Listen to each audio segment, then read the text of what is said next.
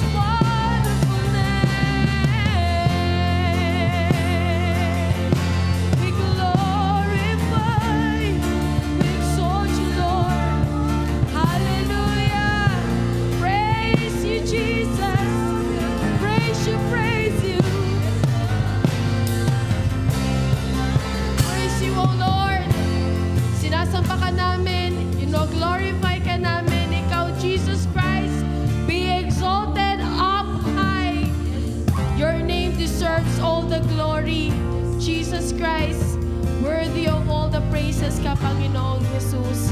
Sa iyo, Panginoon namin, inaalay ang lahat namin mga worship, itong mga kamay namin, itong aming mga tinig. Panginoon, ang buhay namin ay sa iyo.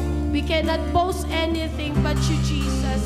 Ikaw lamang at ikaw lamang ang aming Diyos ng aming buhay. Panginoon, ikaw matanghal sa aming mga puso't isipan, sa aming worship ngayon, Lord God. Katagpuin mo po kami, Panginoon. Nawa maramdaman namin, marinig namin ang iyong presensya, ang iyong pagkilos, ang iyong boses, Panginoon. Ina-expect namin, Panginoon. We anticipate your presence, oh God.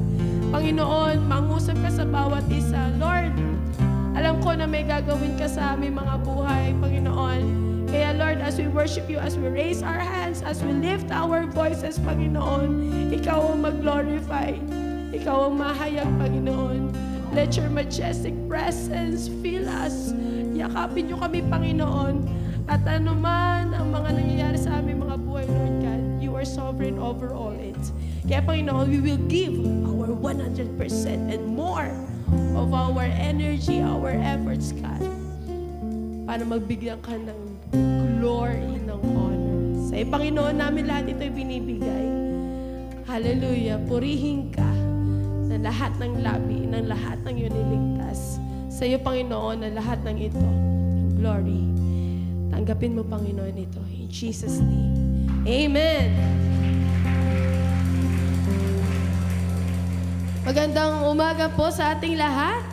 Atin muna pong ating kumustahin ang bawat isa. Kamayan, ibeso, yakapin ang bawat isa.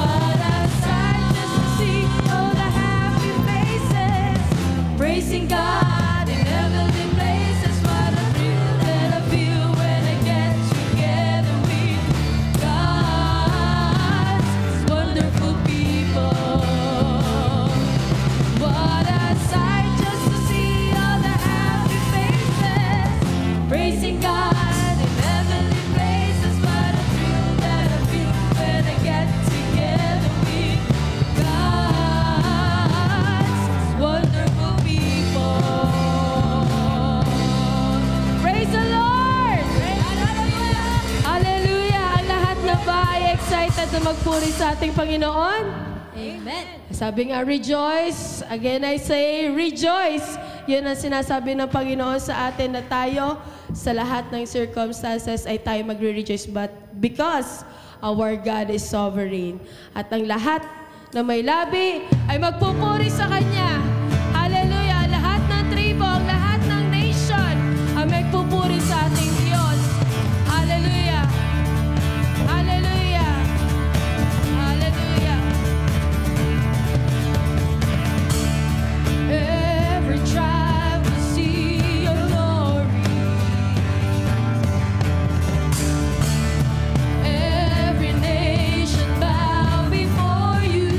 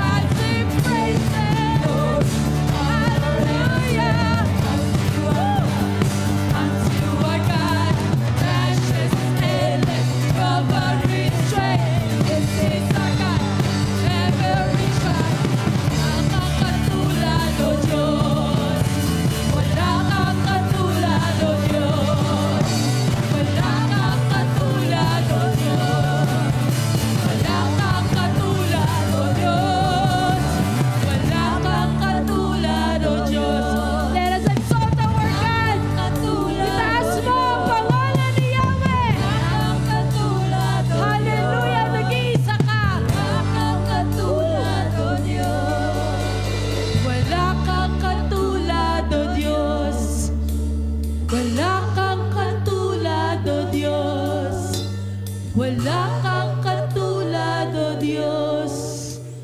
Wala kang katulad, O Diyos. Hallelujah! Purihin ang ngalan mo, Yahweh!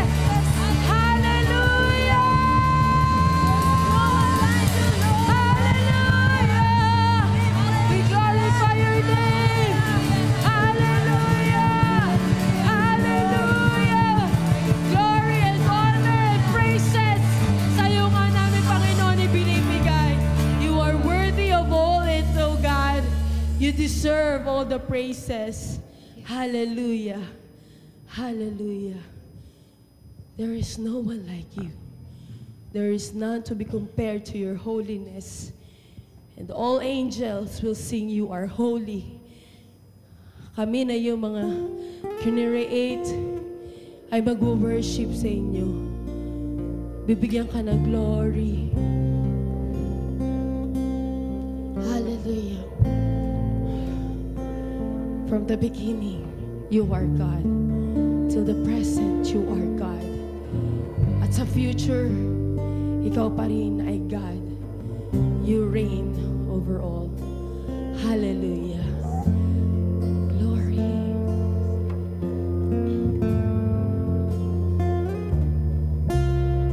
Praise you, Lord.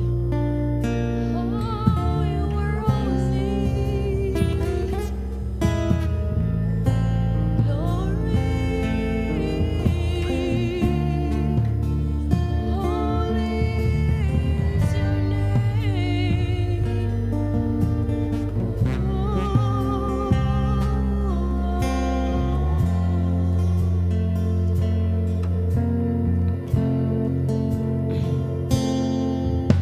A thousand generations falling down in worship to sing the song of ages to the Lamb. All have gone before us, all who will believe will sing the song of ages to the Lamb. Your name is the highest. Your name is the greatest. Your name stands above them all. All thrones and dominions, all powers and positions. Your name stands above them all. And the angels cry, holy. All creation cries, holy. You are lifted high, holy, holy forever. Yes, oh Lord, we praise you. If you have been forgiven, if you have been redeemed, sing the song forever to God. Thank you, Lord, for your forgiveness. If you walk in freedom, if you bear His name, sing the song forever to the Lamb. Oh, we'll sing the song forever and sing it, and the angels cry, holy. All creation cries, holy.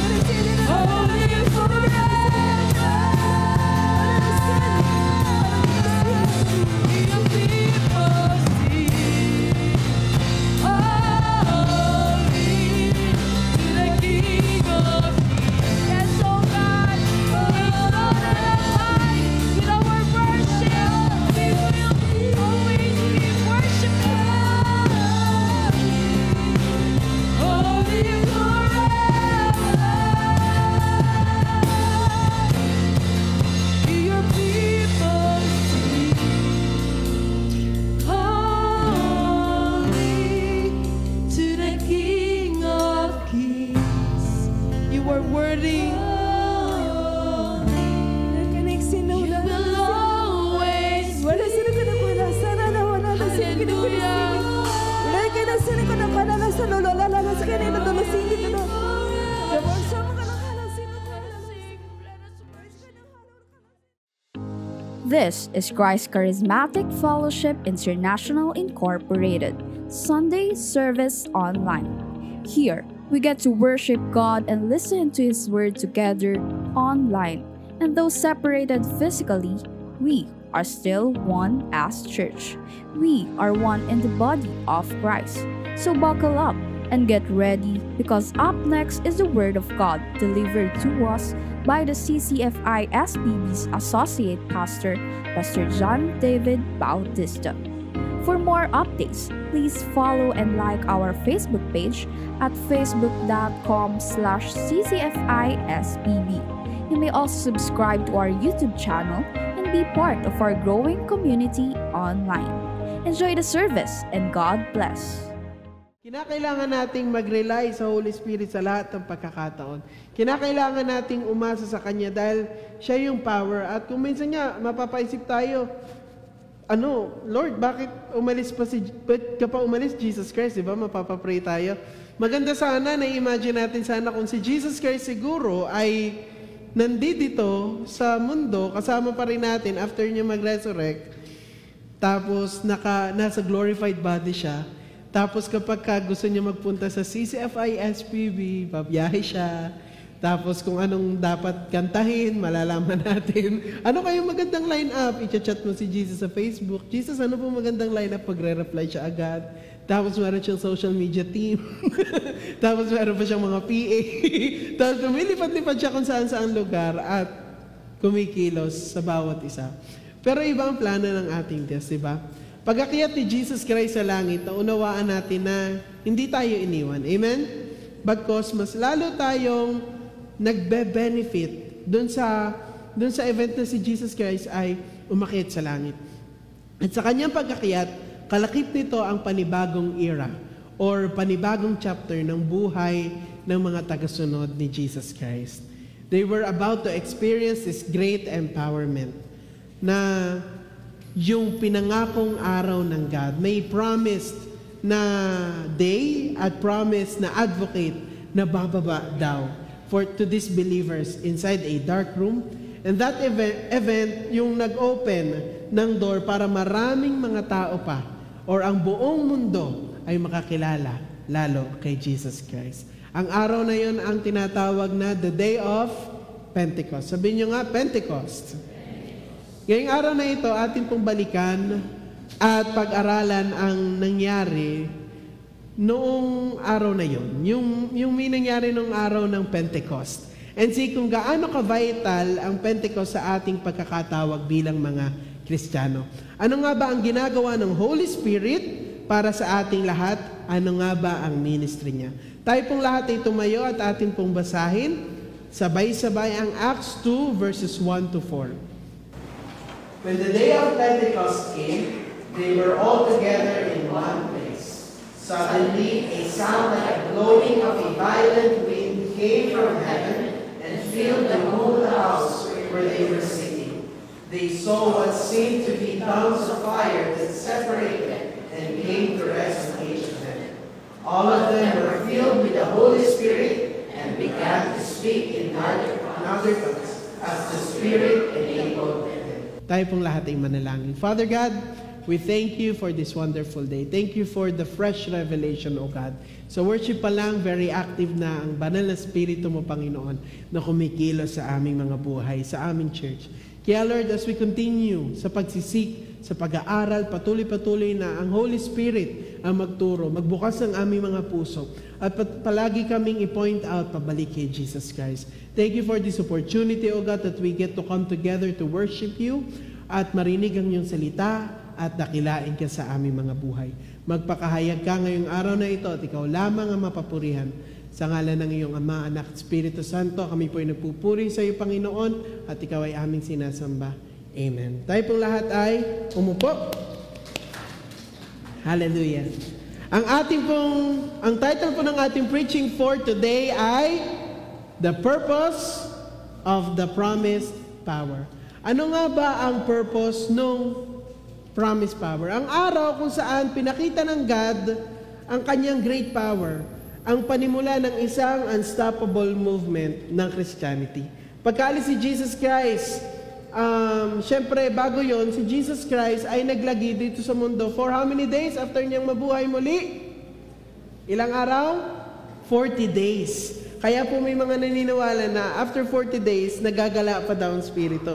Pero si Jesus Christ, nung siya ay naglibot ng 40 days, He was in His glorified body. At siya ay nakasama ng mga disipulo for 40 days. For weeks na yung risen Jesus, nagtuturo siya tungkol dun sa promise na eternal life, dun sa kingdom, yung new creation sa Revelation, at yun ay magiging posible lang daw dahil si Jesus Christ ay namatay sa krus at binigyan tayo ng panibagong buhay. Pero ang manatili sa ating hope, ang manatili sa ating faith, ang manatili sa ating paniniwala, si Jesus Christ ay may ibang plano. Para tayo manatili at para tayo maging matatag, meron siyang isasend. Meron siyang isasend someone na mag-empower, mag-enable us to do kung anong dapat nating gawin. Kaya dun sa kwentuhan ng mga disciples with Jesus Christ, syempre kausap nila yung resurrected na Jesus Christ. Yung kakabuhay lang na Jesus Christ na kita nila, pinako sa krus, kakabuhay lang na Jesus Christ na merong butas dito sa palad, nakikipagkwentuhan sila sa plano ni Jesus Christ, sa mga mangyayari sa future. So excited ang mga disciples, yung mga nakikinig kay Jesus Christ, gusto na nilang ipagsabi sa lahat na sige tara, ipagsabi na natin sa lahat. Sige tara, let's go na, humayo na tayo sa buong mundo. Ikwento na natin sa kanila. Pero ang sinabi sa kanila ni Jesus Christ, sabi ni Jesus Christ ay wait. Sabi niya, wait. Sabi po sa Acts 1:4-5, on one occasion, while He was eating with them, He gave them this command: do not leave Jerusalem, but wait for the gift my Father promised, which you have heard me speak about. For John baptized with water, but in a few days you will be baptized with the Holy Spirit. Maghintay muna daw sila sa Jerusalem. Yun ang bilin ng Panginoong Jesus sa kanyang mga tagasunod nung 40 days na nandun siya. Because this new kind of power that they will receive ay dadating ay yung mag-empower sa kanila. Yun yung magiging rason kung bakit nila magagawa ang mga dapat nilang gawin. They will receive this power so they can be faithful to witness for Jesus Christ. At para ikalat pa or ihayo pa ang kingdom ng God. So that yung prayer ni Jesus Christ na thy will be done on earth as it is in heaven. Yung will ng God ay bababa, yung power ng God, yung kingdom ng God, your kingdom come, na prayer ni Jesus Christ, ang bababa through the Holy Spirit, at tayo yung daladala natin yung power na yon para ang kingdom ng God ay mas mag-expand at ma-fulfill ang will ng ating God. Sabi ni Jesus sa Acts 1:8, but you will receive power when the Holy Spirit comes on you, and you will be my witnesses in Jerusalem, and in all Judea and Samaria, and to the ends of the earth. From Jerusalem, magsisimula ang isang radical, empowered, and abounding ministry na aabot sa buong mundo. Kaya naman po ang mga disipulo ni Jesus Christ, araw-araw ay nagagather sa Jerusalem upang hintayin yung sinasabing empowerment na ito. They were waiting na nasa na yung promised power. Sabi ni Jesus Christ, maghintay daw tayo, may mangyayari. So, everyday nagagather sila, nagpray-pray, kumakain together, nagko-communion, nag-sharing, nag-aaral ng salita ng Diyos, sama-sama sila nagpupuri sa God. Hanggang yung day of Pentecost ay tumating. Ang Day of Pentecost po ay originally isang festivity ng mga Jewish people kung saan madami mga Jewish people ang matagal na mga naninirahan sa iba-ibang bansa. Uuwi sila early in the summer, around August, umuwi sila para mag-celebrate ng festivity na ito na ang tawag ay Shavuot. Sabi niyo nga, Shavuot. At primarily ito ay isang Thanksgiving Day for the first fruits of the wheat harvest. At ang mga Jewish people po, nagse-celebrate sila with association with the remembrance of the law na binigay ng God kay Moses sa Mount Sinai. So sila ay pumupunta sa temples, daladala ang mga first harvest ng kanilang wheat. So yung unang ani ng wheat, dinadala nila. So pagka araw ng Shavuot or celebration ng Shavuot or Pentecost, may mga nakasabit sa halip ng mga ganito, bulaklak, ang makikita niya ay palay ba ang tawag sa mga grain ang nakasabit. Yan, so yun ang mga makikita nyo. Tapos may mga kainan, party, at kaya po Pentecost kasi sineselebrate din po yung Book of Law na Pentateuch, na Genesis, Exodus, Leviticus, Numbers, Deuteronomy, na ang sumulat ay si Moses. Sineselebrate nila yan. Kaya Pentecost ang tawag. Pero later on, dahil sa event na nag-take place nung araw ng Shavuot, itong Pentecost or yung Shavuot ay transform ng mga followers si Jesus Christ or naging iba din. Pero until now, nagsiselebrate pa rin po sila ng Shavuot. Pero ang mga Christians, nagsiselebrate ng araw ng Pentecost, thinking that the gift of the Holy Spirit to the followers of Jesus Christ, yung naging first fruit ng new dispensation na nag-fulfill at nag-succeed ng old dispensation of the law. Na dahil itong Holy Spirit, yung empowerment, dahil ng baptism of the Holy Spirit na naganap nung araw na yon, yung lahat ng promises sa ni Jesus Christ, lahat ng promises sa Old Testament, ifulfill ngayon ni Holy Spirit. At matutupad lahat ng mga nangyayari. Parang nakaka-empower, parang may assurance sila na kaya natin talaga to kasi sasamahan tayo ng God. Hindi tayo iniwan ng God. Ang event po na nangyari sa mga disciples that day, na ipinangako ng Panginoong Jesus, ang pinaka-first fruit ng panibagong era na ito na pagsunod, na kakaiba na ngayon yung pag sinabi mong I'm a member of a church, iba na, hindi na kagaya dati kasi merong empowerment by the Holy Spirit. Panibagong era, panibagong movement, the same but better. Ang mga pamumuhay ng mga Kristiyano ay nag-iba through God, the Holy Spirit. May panibagong purpose, may panibagong calling. Or should I say, yung purpose ay in-strengthen lalo ni Holy Spirit. The Holy Spirit's ministry became much more evident, and they were all filled by the Holy Spirit with a purpose. Sabi niya nga, purpose. May layunin, kaya ka nafe-fill ng Holy Spirit. May layunin kung bakit tayo nababaptize ng Holy Spirit. At higit pa yan sa feeling natin na just to feel good about ourselves. May layunin ng Holy Spirit, ang God na maganda. Balikan po natin ulit ang Acts 2:1-4. When the day of Pentecost came, they were all together in one place. Suddenly, a sound like the blowing of a violent wind came from heaven and filled the whole house where they were sitting. They saw what seemed to be tongues of fire that separated and came to rest on each of them. All of them were filled with the Holy Spirit and began to speak in other tongues as the Spirit enabled them. Ito po ang pinaka-epoch or transition sa New Era Christian Movement. Ang Holy Spirit ay evidently magmi-minister sa buong sangkatauhan. At damang-dama natin na kumikilos ang Holy Spirit sa church na ito. Amen? Buhay siya sa church na ito. Pag simula pa lang, nag-worship pa lang tayo in our daily living, hindi lang sa church, pati sa labas ng church, damang-dama natin that the Holy Spirit is really active and alive in us. Amen? Kaya tayo may guidance from the Holy Spirit lagi. Kaya tayo laging dama natin na ang God ay kumukonect sa atin, even though walang physical Jesus Christ. Kahit walang God in the flesh, we have God in spirit, unstoppable and powerful. Amen? Ano nga ba ang ministry ng Holy Spirit? Kasi minsan, na-echepuera natin si Holy Spirit. Ang kadalasan, parang nakikita lang natin, of course, si Jesus Christ.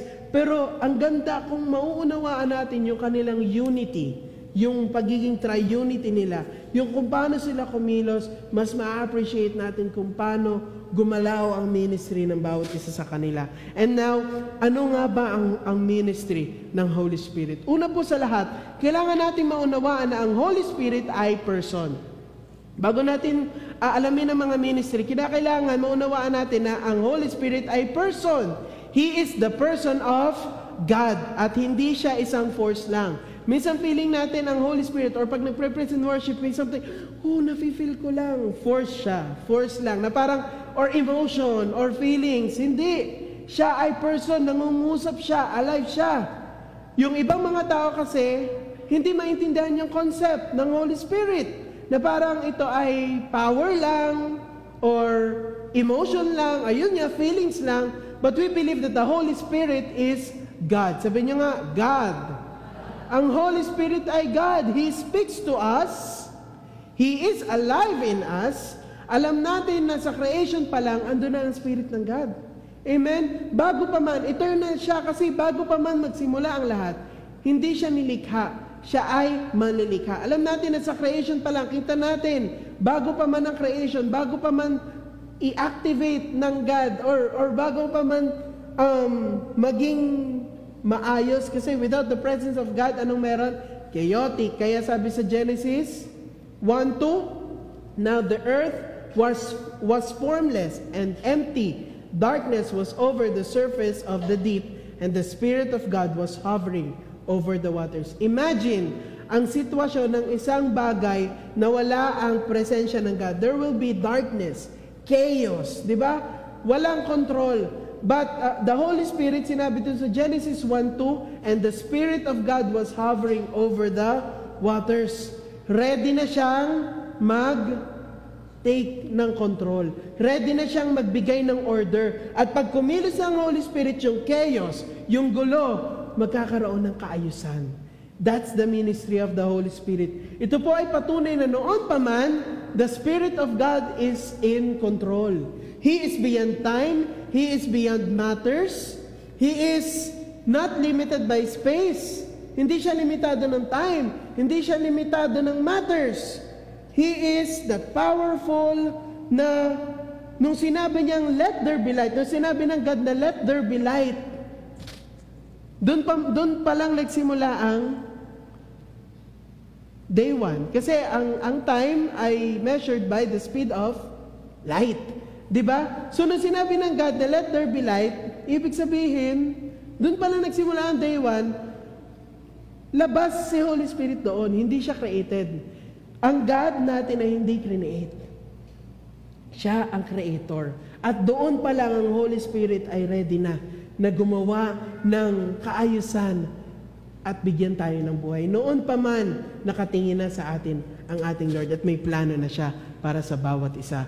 The Holy Spirit is the one who permits things to happen in accordance to God's great plan of redemption. Lahat na nangyayari sa atin, lahat na nangyayari under heaven, under the sun, ay hindi pwedeng mangyari hanggat hindi dumadaan sa permission ng Holy Spirit. Lahat na nangyayari sa atin ay nanggaling kay Holy Spirit. Lahat ng nararanasan natin ng buong mundo ay pinahihintulutan ng Holy Spirit. Yun ang ministry niya. Alam ng Holy Spirit ang lahat at subject sa will and power niya ang lahat.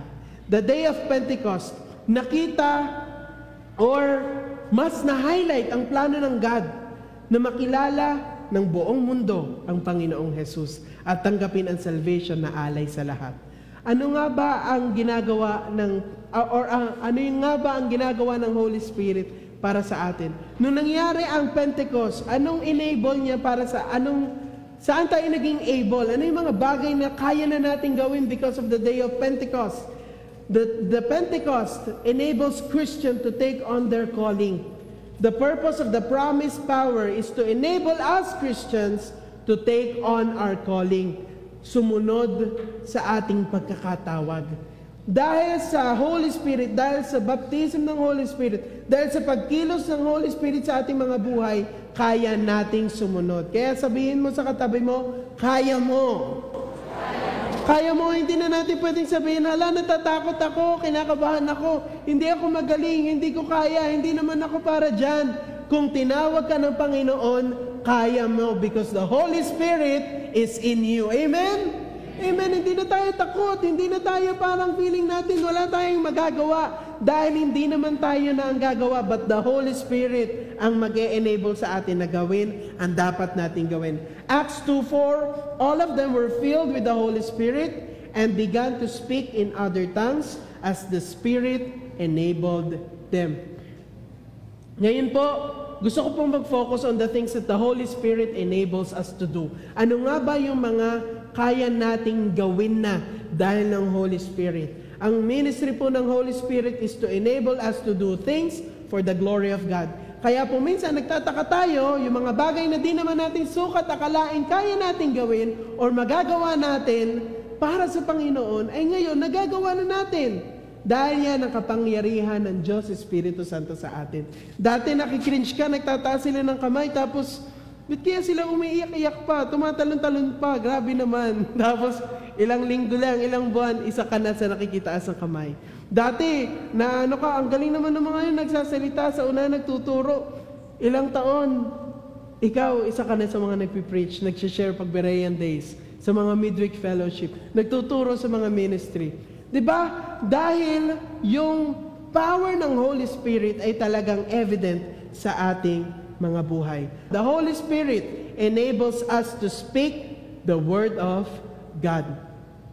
Ang Holy Spirit ang nag-e-enable sa atin na magsalita ng kung anong pinasasabi sa atin ng ating Diyos. He reveals to us the truth. He helps us to witness for Christ. At ang Holy Spirit ang magbibigay sa atin ng kakayahan na sabihin ang dapat nating sabihin. May power siya para i-enable tayo na sabihin kung ano ang salita ng Diyos.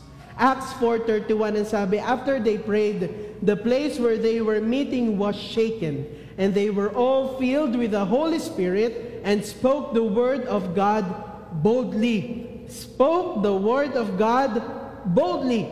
If you're filled by the Holy Spirit, i-expect mo na talagang magsasalita at magsasalita ka ng kabutihan, kapangyarihan, at mga gawa ng ating Diyos. Amen? Hindi mo mako-contain because it is the Holy Spirit who is activating you or enabling you to speak out of His goodness.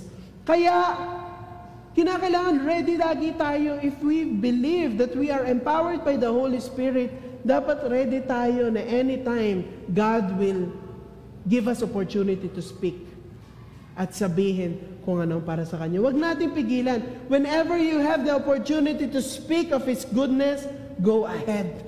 Sabihin mo, because it is the Holy Spirit na nag-empower sa iyo na sabihin at gawin ang mga dapat mong gawin. At kung tunay na ikaw ay na-fill ng Holy Spirit, ang tanong ay, anong lumalabas sa ating mga bibig? Diba? Ikaw ba ay kinariringgan ng mga salita ng Diyos or hanggang ngayon ay parang wala pa rin ang Holy Spirit sa ating mga buhay na ang mga naririnig sa iyo ng tao ay puro galit, mura, gigil sa buhay, mga walang saysay na mga bagay, mga kalokohan, or nakikita ba or naririnig ba ang Diyos sa ating speech, sa ating pananalita? Nakaka-bless ka ba pag nagsalita ka? Naranasan mo na ba na ikaw yung nilalapitan ng tao at ikaw ang tatanungin because they are expecting na magkakaroon sila ng peace.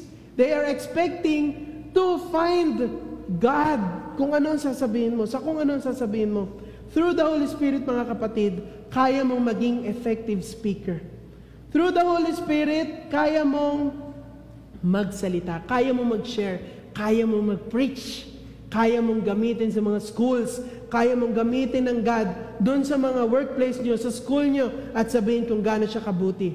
Oo, maraming magagaling dyan na magsalita, but God is calling us to follow, and the Holy Spirit will speak through us, guiding us in all truth. Hindi lamang po pastors or mga leaders ng church ang expected to speak out of God's goodness, to proclaim kung sino siya, at mag-evangelize. Tayong lahat na tinawag ng Diyos, expected yun from us na dahil sa ating gratitude, dahil ng ating heart na nagpapasalamat sa lahat ng ginawa niya, magsasalita at magsasalita ka ng kabutihan niya. Amen? Naranasan niyo na yun, natuwang-tuwa ka na gusto mo nang ikwento, hindi ka makaintay, na magkikita naman kayo ng kaibigan mo, tatawagan mo na agad kasi kailangan mo nang sabihin, sana ganun din tayo pagdating sa pag-share ng Word of God.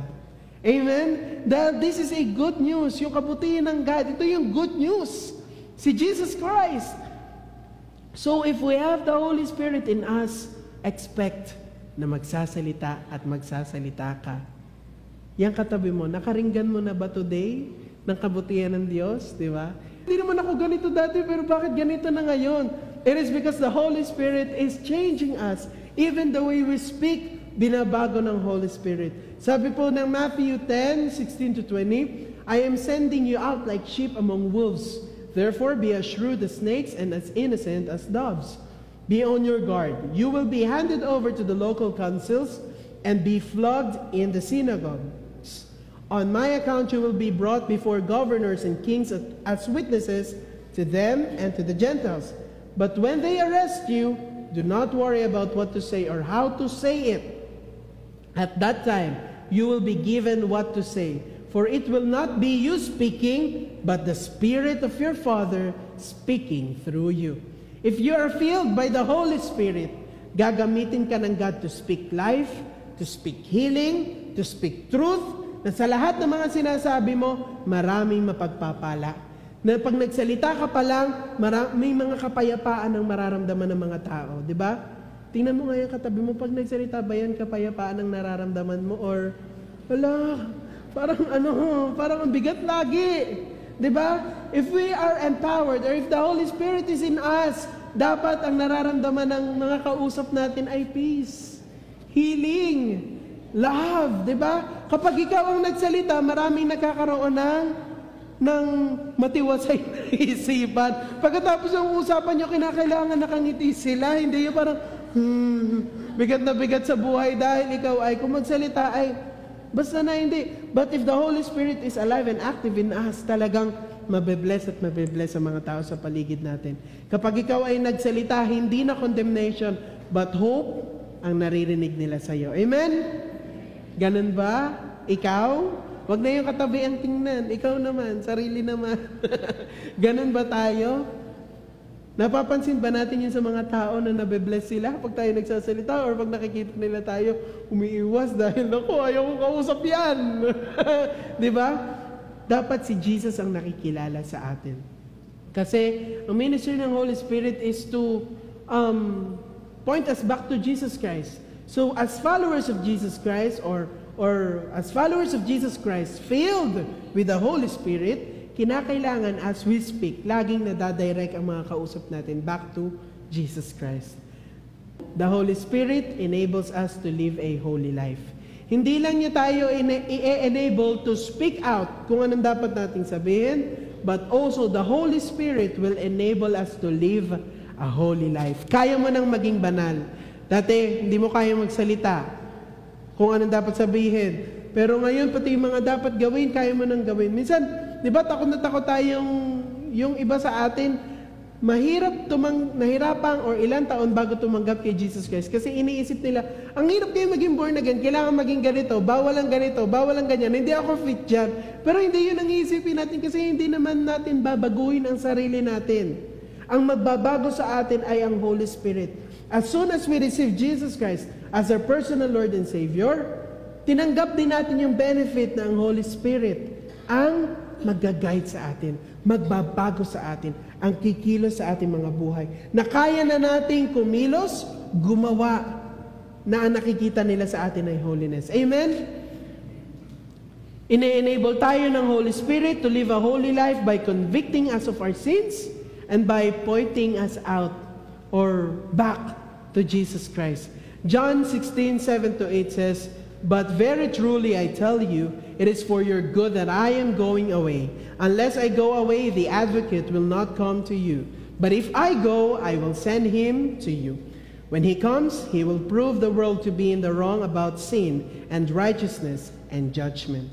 Ang Holy Spirit po ay laging nagre-remind sa atin kung tayo ay may nagagawang mali. Ang Holy Spirit po ang nagsasabi sa atin at nagko-convict sa atin na tayo ay makasalanan. Ang Holy Spirit ang nagre-remind sa atin na magsisi ka. Ang Holy Spirit ang nagsasabi sa atin na bumalik ka. Whenever we sin, nandiyan ang Spirit ng God upang sabihin at i-remind ka na kailangan mong magbago. Kaya, pag may nagawa, dati kapag may nagawa tayong mali, wala lang, okay, mali, okay. Ganun lang.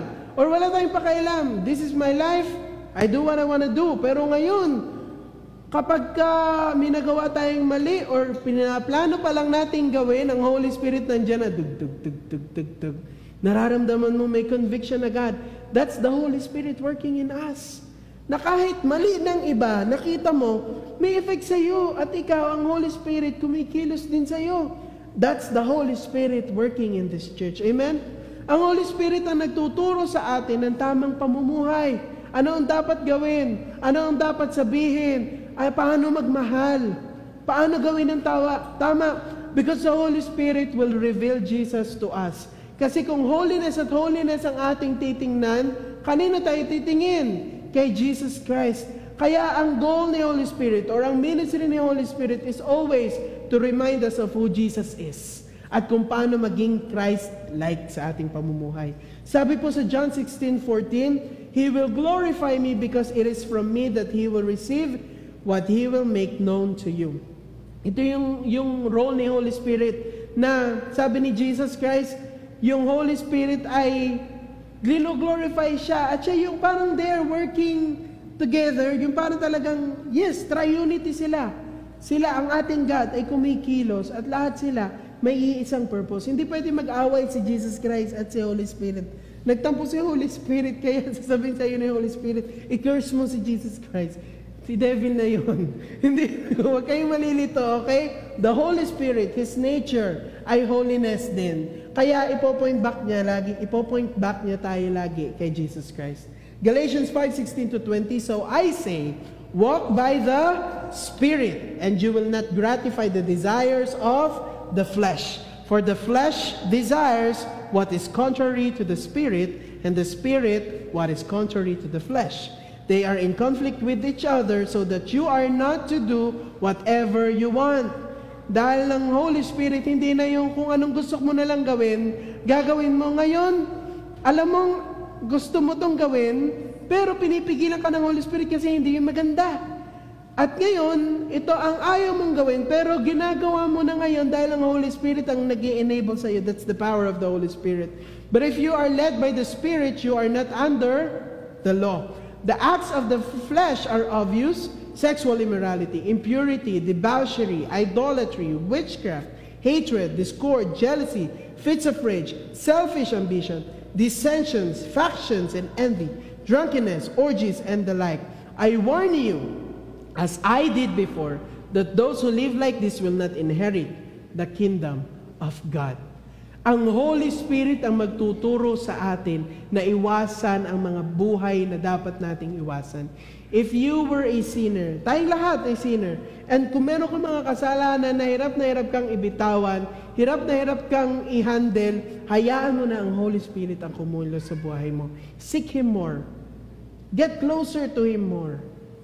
Kausapin mo siya. Ang sabi dyan, walk by the Spirit. Walk alongside the Spirit. Na alam mo sa sarili mo may nakatingin na Diyos. Alam mo sa sarili mo ang God ay kasama mo. Diba kapag kasama mo ang isang taong mahalaga, hindi ka naman basta-basta magwawalwal eh. Diga, kunwari ang kaharap mo ay mahalagang tao. Kunwari, boss mo, nasa office ka, nakataas ang paa mo. Pag dumaan yung boss, tatayo ka ng uupo ka na maganda. Sana ganun din tayo na alam natin na Holy Spirit is present and active sa lahat ng oras at lahat ng lugar. So tayo, alam natin we are walking alongside the Holy Spirit at kinakailangan mamuhay ako ng sumusunod sa Kanya. Amen? Jesus Himself, na-overcome niya ang flesh through the Spirit. He was tested at na-overcome niya ang flesh. Diba?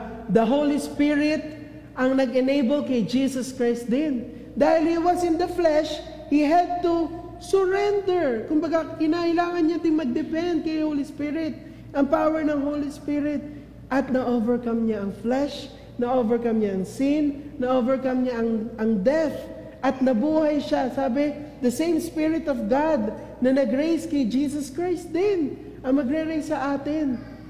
Ang Holy Spirit ang dahilan kung bakit kaya din nating mamuhay na kagaya ni Jesus Christ. Holy life na tunay na kaaya-aya sa paningin ng Diyos. Amen? At kapag tayo ay living a holy life, tayo ay laging connected kay Holy Spirit, hindi rin mahirap magmahal. Kasi ito din ang itinuturo sa atin ng Holy Spirit. The Holy Spirit is enabling us to love. Sabihin nyo nga, love. Galatians 5:22-25, but the fruit of the Spirit is love, joy, peace, forbearance, kindness, goodness, faithfulness, gentleness, and self-control. Against such things there is no law. Those who belong to Christ Jesus have crucified the flesh with its passions and desires. Since we live by the Spirit, let us keep in step with the Spirit. Again, keep in step. Lakad ulit kasama ng Holy Spirit. Kasi if we are walking alongside the Holy Spirit, we will bear fruit. At ang fruit na yan ay love, joy, peace, forbearance or patience, kindness, goodness, faithfulness, gentleness, and self-control. Pero kung makikita natin dyan, ang nakasulat ay fruit. Naka-singular or plural form? Singular. Kasi po, ang fruit po ng Holy Spirit ay isa lang. Hindi mo pwedeng sabihin may love ka, pero hindi mo kaya maging patient sa iba. Hindi mo pwedeng sabihin may love ka, or love mo ang God, or may pag-ibig ka, pero hindi ka kind, hindi ka good, wala kang kapayapaan. Diba? Kinakailangan, ito, nasa sa atin. Or should I say, the fruit of the Holy Spirit ay love. Because dahil ng love, kaya nating maging mabuti sa iba. Kaya nating sumunod sa Diyos. Kaya nating gawin ang dapat nating gawin. And it is through the Holy Spirit alone, kaya nagiging genuine ang ating pag-ibig. Hindi kasi natin pwedeng sabihin na may pag-ibig tayo, tapos hindi naman nakikita sa atin ang joy, ang peace, ang forbearance, kindness, goodness, faithfulness, gentleness, and self-control. Kung tunay na may pag-ibig ka, kaya mong mag-control ang sarili mo. Kung tunay na may pag-ibig ka, kaya mong isacrifice ang sarili mong comfort or sarili mong interest para sa iba. Dahil ito yung itinuturo, ito yung fruit ng Holy Spirit sa atin, pag-ibig. Hindi gandang manamit. Kasi pag nagiging Christian, ang unang nakikita, nag-iba ng aesthetic mo, pang simba na, pang Sunday na yung aesthetic mo, di ba? Pag ang fruit ng Holy Spirit ay hindi yung galing mo lang magsalita, na nagsalita ka lang, wow, born again ka na talaga. Di ba? Ang fruit ng Holy Spirit ay hindi yung post natin sa Facebook na verses, na kinapi mo lang naman kay Google, or share mo lang, nakita mo lang, or pinangpapatama mo lang pala sa kamag-anak, kay kapatid, or sa kung kani-kanino. That is not the fruit of the Holy Spirit. The fruit of the Holy Spirit is love. More than the aesthetics. More than yung ating naiipakitang ganda, mga pagbabago sa ating mga buhay, ang makita dapat ng mga tao sa atin ay love. Of course, yes, gwapo at gaganda talaga pag mga followers ng God. Uwe, tingnan mo nga katabi mo. Di naman. At least, sabihin mo, at least may love ka. Diba? At least love mo naman yung kapatid mo, diba? Yun ang mahalaga kasi yung love. Kinakailangan makita sa ating mga gawa. Love na hindi lang emotions, but love na shown through our joy, peace, patience, kindness, goodness, faithfulness, gentleness, self-control, and all the likes. Yung pagbabago ng buhay natin, na ginagawa natin ang lahat dahil na ng pag-ibig. Amen? God is love. The Holy Spirit is God. Therefore, the Holy Spirit works in the ministry of love. Anything that we do against love, hindi ikakatuwayan ng Holy Spirit. Lahat ng ginagawa natin against love, against following God, hindi yan ang gusto ng Holy Spirit. Again, there are 613 written laws in the Bible. Iba pa yung mga oral laws na ginawa na lang ng mga Pharisees, ng mga leaders of the church. Iba pa yung nakasulat sa Bible ng 613. Iba pa yung sinusunod nila sa culture nila sa Israel. Pero kung isa-summarize natin yung 613 written laws, ang makukuha lang natin na word ay love. Lahat yun ay tungkol sa love. Bakit bawal mga lunya? Bakit bawal magnakaw? Bakit bawal to? Kasi love, love, love. Love lang ang ibig sabihin ng lahat ng yun. So kung sumusunod ka nang wala ang pag-ibig, so kung ginagawa mo ang ministry mo, ang iyong pamumuhay, ang trinatry mo maging mabait, hirap na hirap ka, yung pala kasi wala kang pag-ibig. Work out your love for yung kapwa mo, for your neighbor. Kinakailangan i-work out mo muna yung love. Minsan, bakit Lord, di ko kayang maging mabait sa taong to, naiinis ako lagi? Kasi hindi mo siya love. Kinakailangan i-work out mo muna ang love. Diba? Kaya hindi natin kaya maging patient toward others kasi hindi mo love. Diba? Pag ang anak nyo naman, nagtitiis kayo, kahit ang tigas-tigas ng ulo. Pero yung ibang bata, pag matigas ang ulo, isasauli nyo yun sa mga magulang. Inyo na rin, tigas-tigas naman ang ulo ng anak mo, diga? Kaya yung iba yung pagtitiis ng mga magulang, ang mga nanay, kahit pagod na pagbubuhat ng kanilang anak, kahit maligalig, bubuhatin nila yan. Pero yung mga tito lang, diga, bubuhatin pagpagod na, isasauli ko na, ayaw ko na.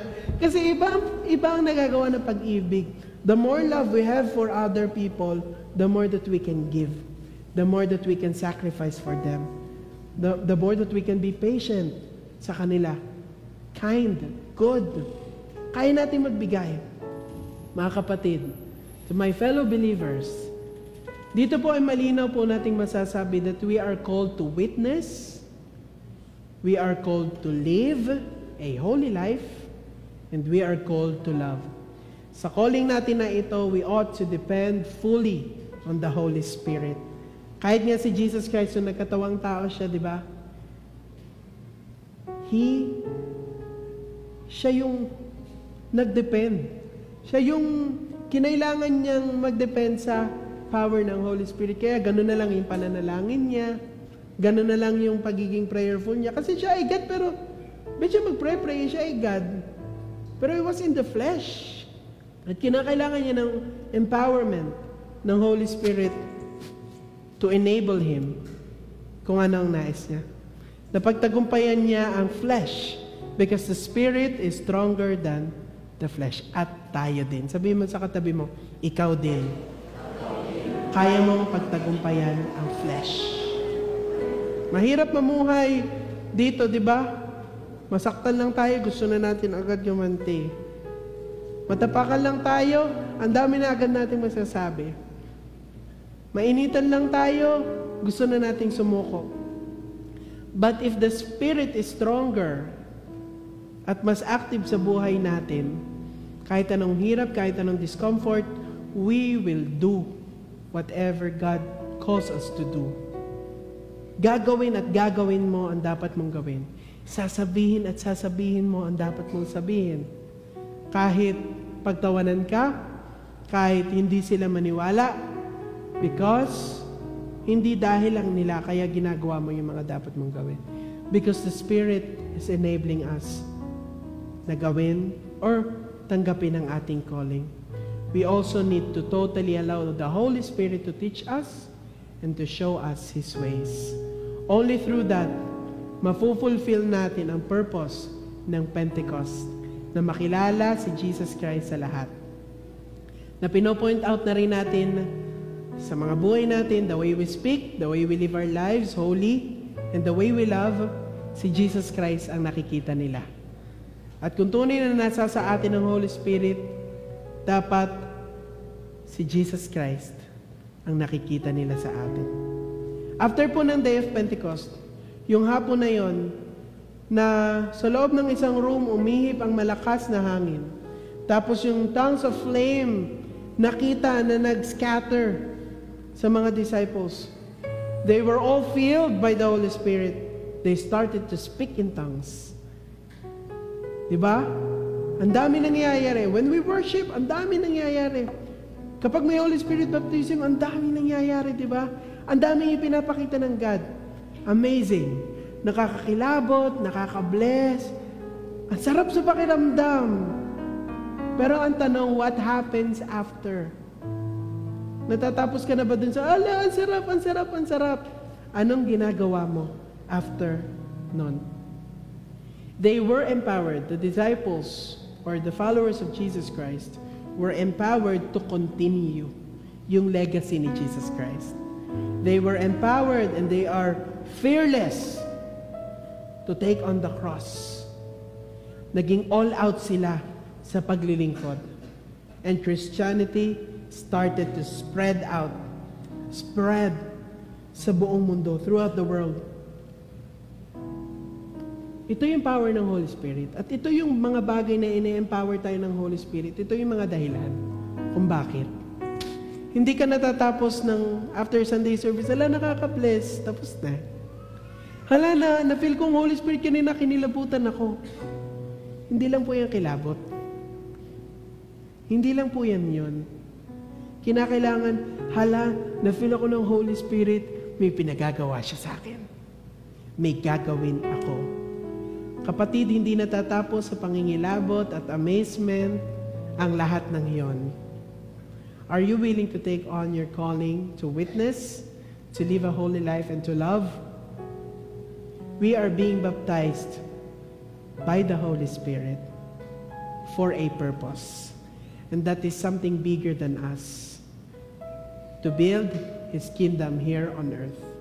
Mas malaki pa sa atin yung dahilan kung bakit tayo nafe-feel ng Holy Spirit. Kaya, kung para sa glory ng God, kung kinakailangan kong masaktan, mahirapan, mapagod, mag-sacrifice, sige Lord. Because I know the Holy Spirit will help me.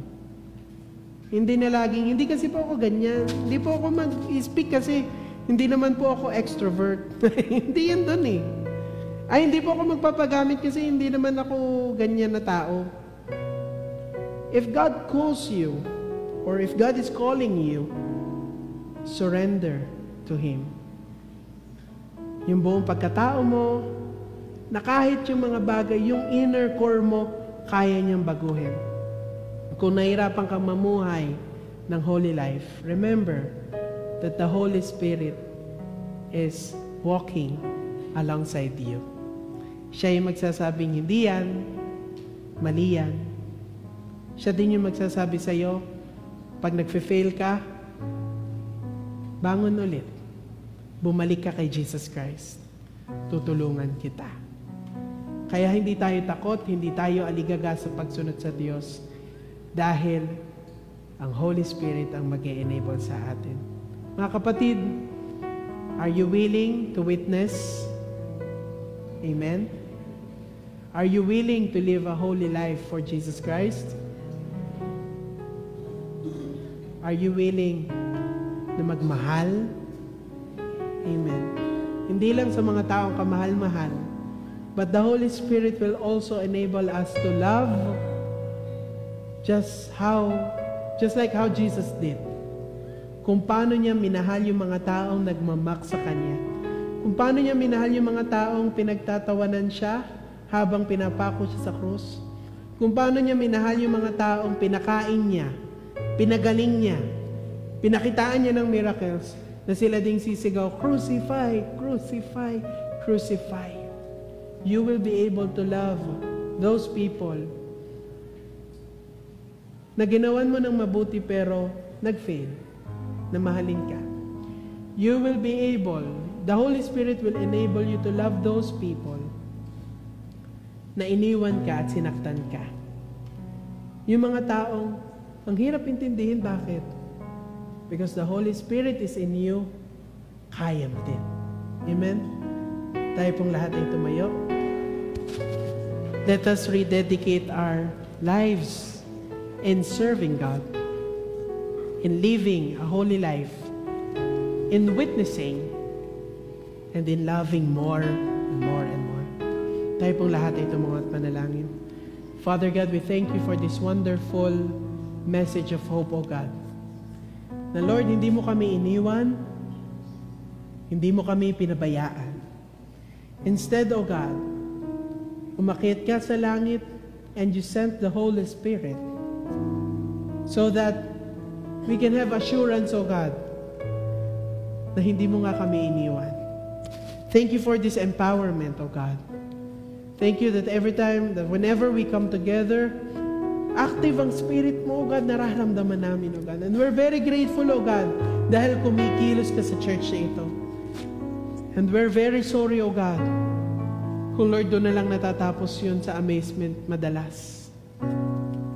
Lord, as you are empowering us, as you are filling us with your Holy Spirit, every time we pray, every time we come to you, the moment that we receive Jesus Christ, we received your Holy Spirit, Lord, susunod kami sa iyo.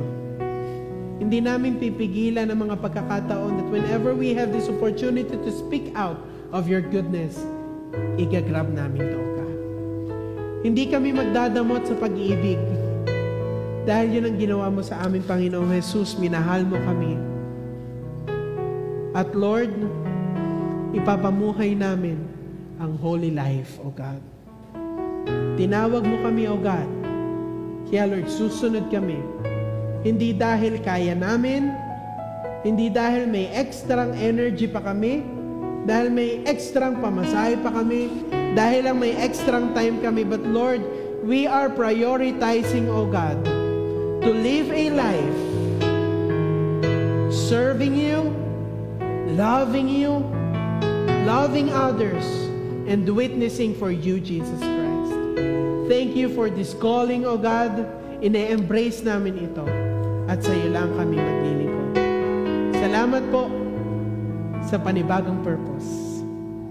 Sa layunin na binigay mo sa aming mga buhay. Hindi sayang ang lahat ng aming ginagawa. Sa iyo po ang papuri, pasasalamat at pagdakila. In Jesus' name we pray. Amen.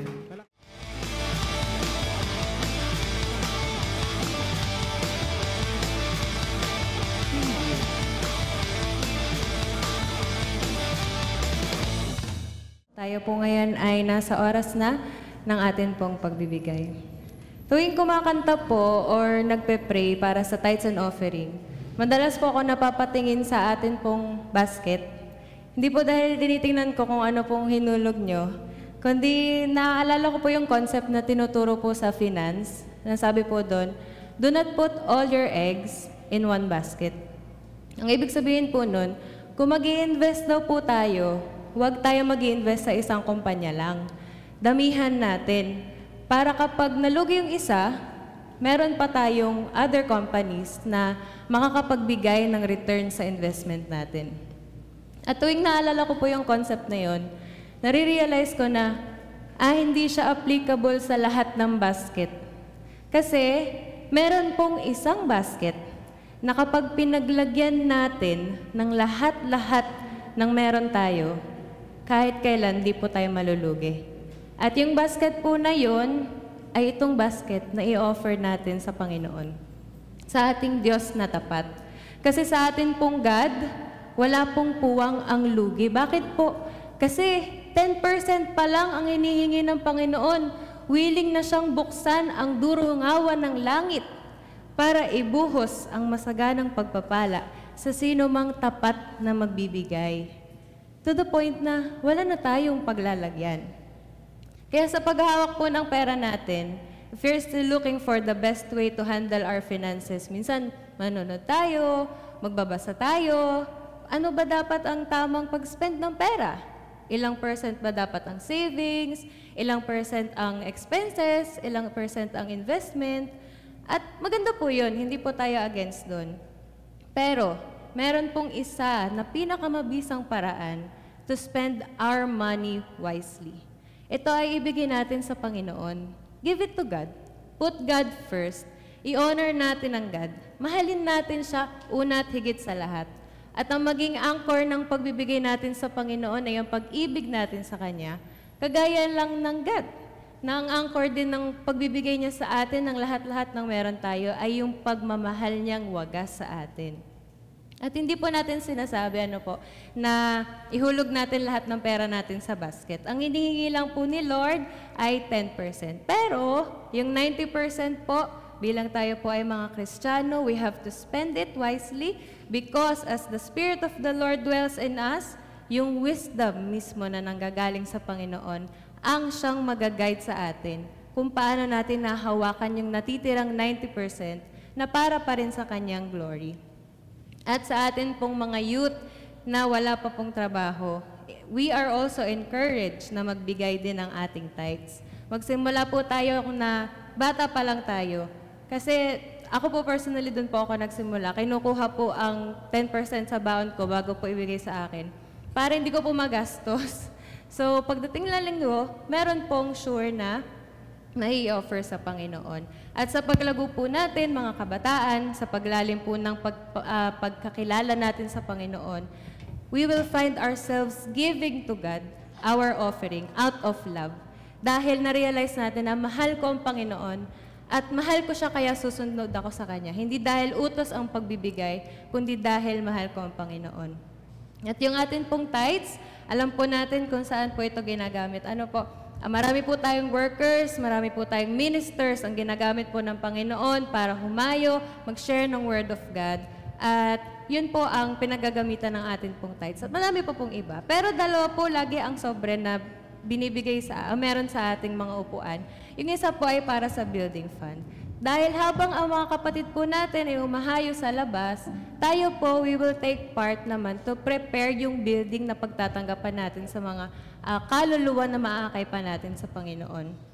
Kasi kung titingnan po natin ang ating church, tayo po'y pinagpala ng God kasi puno na po tayo. Wala na po tayong pagpapaupuan nung mga madadala pa nating kaluluwa. Kaya we have to prepare. And by the will and favor of God, umaadhika po tayong makapag-prepare ng place, bigger place. Kasi ito pong pagiging puno natin, it is a call to expand. Ang sabi po sa Proverbs 3 verse 9, parangalan mo si Yahweh sa pamamagitan ng iyong mga kayamanan at mula sa iyong mga pinakamainam na ani, siya ay iyo ring handugan. Sa atin pong pagbibigay, wala pong pinaka-nakikinabang kundi tayo din. Kasi ang sabi po sa verse 10, sa gayon, kamalig mo ay lagi nang-aapaw, sisidla ng inumin ay hindi nga matutuyuan. Ang pagda-tithes po ay isa sa mga commandments ng God na may promise. At gusto po ng God na maging promise keeper siya sa bawat isa sa atin kung po tayo ay susunod sa kanyang divine commandment na ito. Kung malaki man ang tithes mo, kapatid, at medyo masakit na siyang ibawas, praise the Lord! Dahil pinagpapala ka niya. Kaya huwag mo siyang kakalimutan, pagbalikan ng glory through your wealth. At kung hindi pa din naman gaano malaki ang iyong tithes, still praise the Lord. Kasi meron kang Diyos na tapat, na nangako sa iyo at kaya mong panghawakan ng pangakong yon ng God. Kaya, nevertheless, lagi pong sinasabi sa atin, hindi po naman nasusukat sa laki ng amount na nasa sobre kung paano natin mapaluluguran ng Panginoon. It is our desire to worship God that we can move the heart of the Father. So let us continue to persevere, to honor God with all that we have, with all our wealths, with the best we can give. Tayo po ay magkaloob.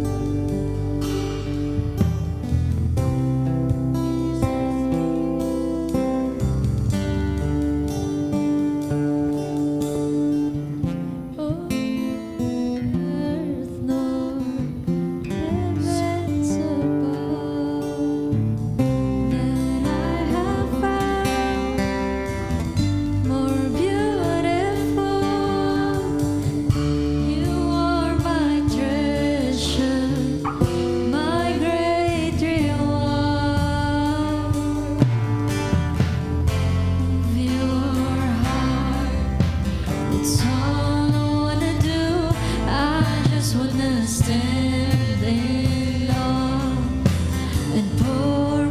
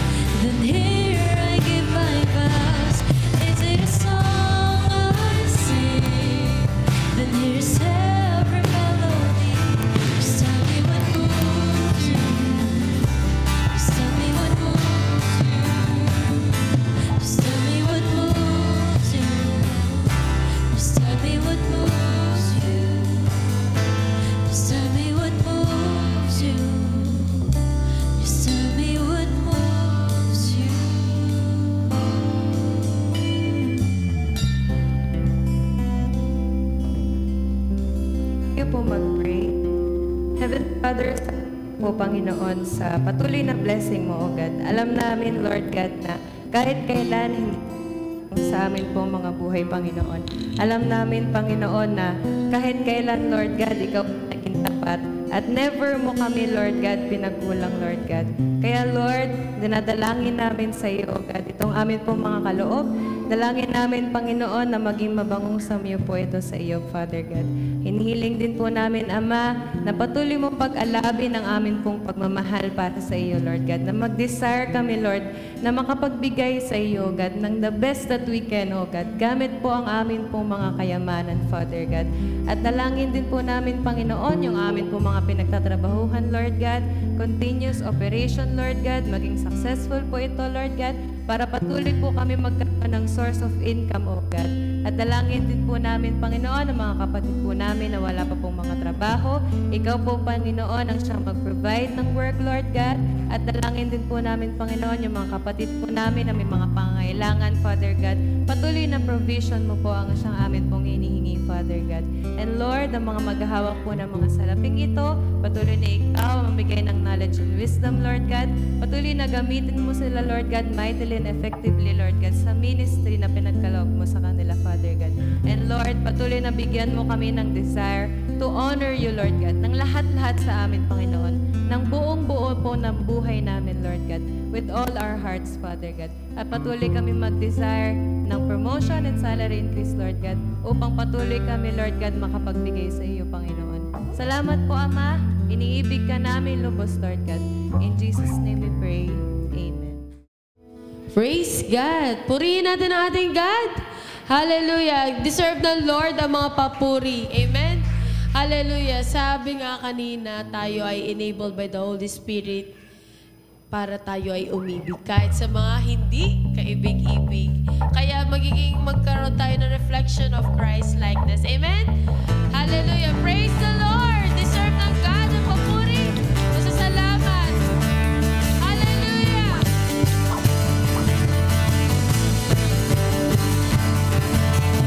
You deserve the highest praise. You deserve the highest praise.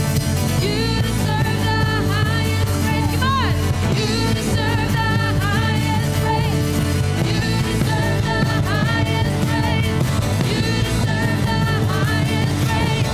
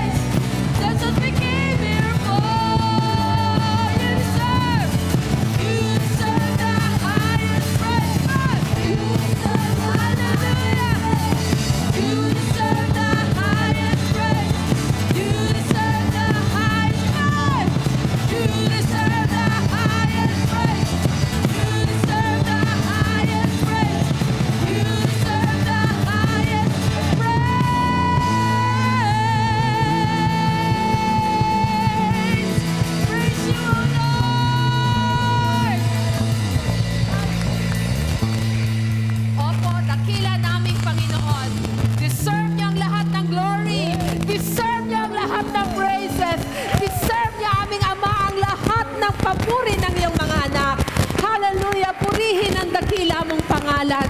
Hallelujah, hallelujah. Kulang pa ang lahat ng ito, Panginoon, para ipantay namin sa iyong kadakilaan. Pero dahil mahal mo kami, naririto kami, Panginoon.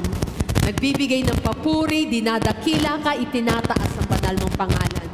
May mga pagkakataon, Panginoon, na meron kaming mga pagkukulang, pero ikaw din na aming Panginoon ang siyang nagbibigay lakas sa amin upang kami ay makapagpatuloy. Salamat sa Holy Spirit.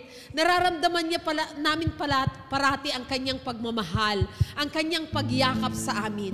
Nararamdaman namin, Panginoon, na merong kalakasan na nagmumula sa Kanya. Nararamdaman namin, Heavenly Father, na ikaw na aming Panginoon, Jesus Christ, hindi mo kami iniwan, kundi pinadala mo ang Holy Spirit upang lalo kaming magkaroon ng kalakasan, upang lalo kaming magkaroon ng tibay sa aming pananampalataya. Salamat po, Panginoon, salamat. Pinapupurihan ka namin, dinadakila ka namin at itinataas sa aming mga buhay. Salamat sa iyong banal na salita na aming pinag-aralan sa oras na ito. Na dahil sa lakas, katatagan, na dahil sa pag-embrace ng Holy Spirit sa amin, kakayanin naming mangaral ng banal mong salita. Hindi usapan dito kung gaano karami na ang alam namin.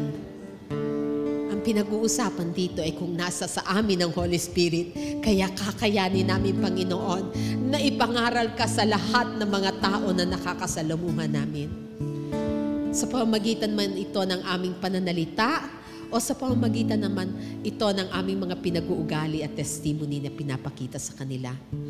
Salamat din, Heavenly Father, sapagkat sa pamamagitan ng Holy Spirit, naririto kami. Kaya namin ang magbago at maging holy, maging righteous sa iyong harapan. Kung nagiging mabait man kami, kung nagiging mabuti man kami, hindi ito dahil sa amin, kundi dahil sa kalakasan na nanggagaling sa Holy Spirit. And thank you, Heavenly Father. Thank you, Holy Spirit. Thank you, Jesus Christ, na matututo kaming magmahal kahit sa mga tao na di ka mahal-mahal. Salamat sa lalaki na ginamit mo, Panginoon. Patuloy mo siyang pagpapalain sa lahat ng aspeto ng kanyang buhay, sa kanyang pagtatrabaho, sa kanyang ministry, sa lahat ng mga relationships na meron siya. Ikaw, Panginoon, ang magpala sa kanya, O Diyos. Maging ang lahat ng mga ginamit mo dito sa unahan, pati na yung nasa likod ng camera, lahat, Panginoon, na nagpagamit sa iyo sa umagang ito, pati yung mga nagtuturo sa mga bata sa likod. Heavenly Father, patunayan mo sa kanila ang iyong pangako, na kung kami maglilingkod at uunahin ka namin sa aming mga buhay, bubuhos ang isang pagpapala na walang sukat kalagyan. At ang iyong mga anak na naririto, Panginoon, nag-worship sila sa iyo, itinaas nila ang iyong banal na pangalan, natuto sila ng iyong banal na salita at tiyak, Panginoon, na sa paglabas ng bawat isa sa amin, mag-witness kami, O God. Sa paglabas ng bawat isa sa amin, mamumuhay kami ng isang buhay na nire-reflect ka, Jesus Christ. Sa paglabas namin, Panginoon, papakita namin kung paano magmahal ang iyong mga tagasunod. Kaya pagpalain mo rin, Panginoon, ang iyong mga anak na naririto. Ibigay mo sa kanila ang lahat ng kanilang mga heart's desires. Pagalingin mo sila sa kanilang mga sakit at karamdaman. Palakasin niyo sila, Panginoon, sa oras na sila ay nanghihina. Makapagpatuloy sila ng paglilingkod sa iyo. Anuman mga dalahin na meron sila, Panginoon, ikaw ang magpagaan ng lahat ng ito at bigyan mong solusyon ayon sa kalooban mo ang lahat ng kanilang mga problema, O God. Mga kapatid, taas natin ang ating mga kamay. Anuman ang heart's desire mo, ilapit mo yan sa Panginoon sa oras na ito, sapagkat siya ay nakikinig sa iyo.